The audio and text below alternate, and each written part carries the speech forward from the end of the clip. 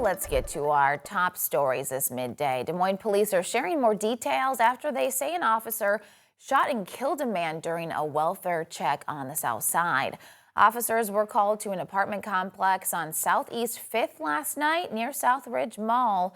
A father told police he was worried about his adult daughter and possible problems with a boyfriend. When officers entered the apartment, DMPD says a man armed with a knife tried to attack her father, then charged an officer. The officer fired, killing him. Inside the apartment, police found the woman dead. The officers involved are on administrative assignment. The Iowa DCI is investigating the shooting. Also developing this morning, 9 children were hurt after they got hit by a car yesterday afternoon. This happened at St. Luke the Evangelist Catholic School during after-school pickup. Police responded to the school after getting multiple 911 calls. They say the car went over the curb, striking the children. Parents say they watched helplessly as first responders flooded the parking lot. Just shock and just immediately thinking about those families and, hoping that everybody's okay and that it was, not as bad as initial reports were making it sound. But obviously, as we kept seeing more and more ambulances, we realized it was pretty serious. Police think the driver did not run over the kids on purpose. They are looking into whether drugs or alcohol were involved. We don't know the identities of the driver or the kids who were injured. As of now, no arrests have been made. Staying in the metro, a woman facing at least one charge this morning after a propane fire broke out at a homeless encampment. Law enforcement responded to a wooded area east of Southeast 14th Street and Harriet Avenue to investigate. The fire was put out within minutes. Police say it started intentionally. 34-year-old Brittany Stilson was arrested and charged in connection to the fire. Amid the ongoing conflict in Iran, sources tell ABC News the Trump administration has sent Iran a 15-point peace plan. The plan reportedly addresses Iran's ballistic missile and nuclear programs as well as maritime routes. It's unclear which Iranian leaders the U.S. is talking to. The Pentagon is preparing to deploy up to 1,500 troops from the 82nd Airborne to the Middle East to support the war. In a new update, federal officials say a runway safety system did not alert when an Air Canada jet was involved in a deadly collision with a vehicle at LaGuardia Airport. The system allows air traffic controllers to track surface movement of planes and vehicles. The National Transportation Safety Board revealed the fire truck involved in the collision was not equipped with this technology. But that's not the only potential problem they've uncovered so far. There are multiple layers of defense built in to prevent an accident. So when something goes wrong, that means many things went wrong.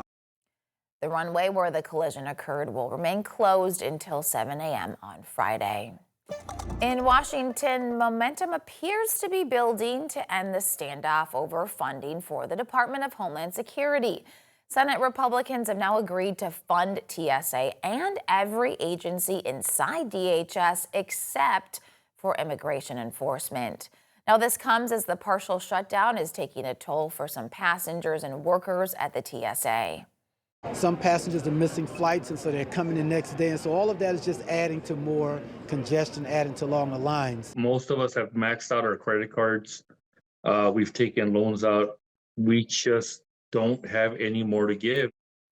Something to consider. Any Senate deal could still face an uphill battle in the House. Turning now to your local politics, one bill could soon become law that would allow more tint in your car windows. House File 766 is headed to Governor Reynolds' desk. If signed into law, the bill would allow 50% window tint for your car's side windows. That's to a driver's right and left. Currently, light transmittance needs to be at 70% for those windows. Also headed to the governor's desk is a controversial health care bill, which could create a major change in how some patients receive care. It's called House File 571, also known as the Medical Ethics Defense Act. The measure would allow doctors, hospitals, pharmacies, and even medical schools to refuse certain procedures based on personal and religious beliefs. Supporters say that could help recruit more providers to the state as rural Iowa faces a serious doctor shortage. Critics argue it could open the door to discrimination and limit access to care.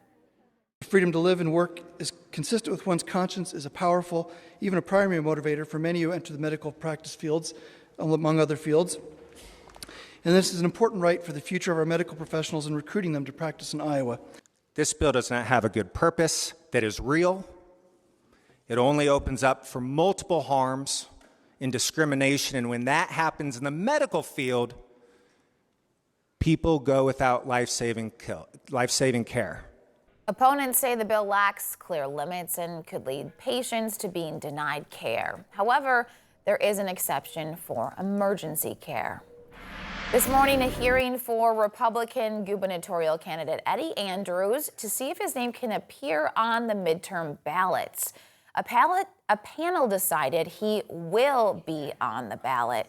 Yesterday, the hearing was suspended after the objector to Andrews' candidacy did not show up to the hearing on time, and Andrews claimed he did not receive all the necessary documents. I'd love to be the next governor, and we're going to have a lot of fun in this journey.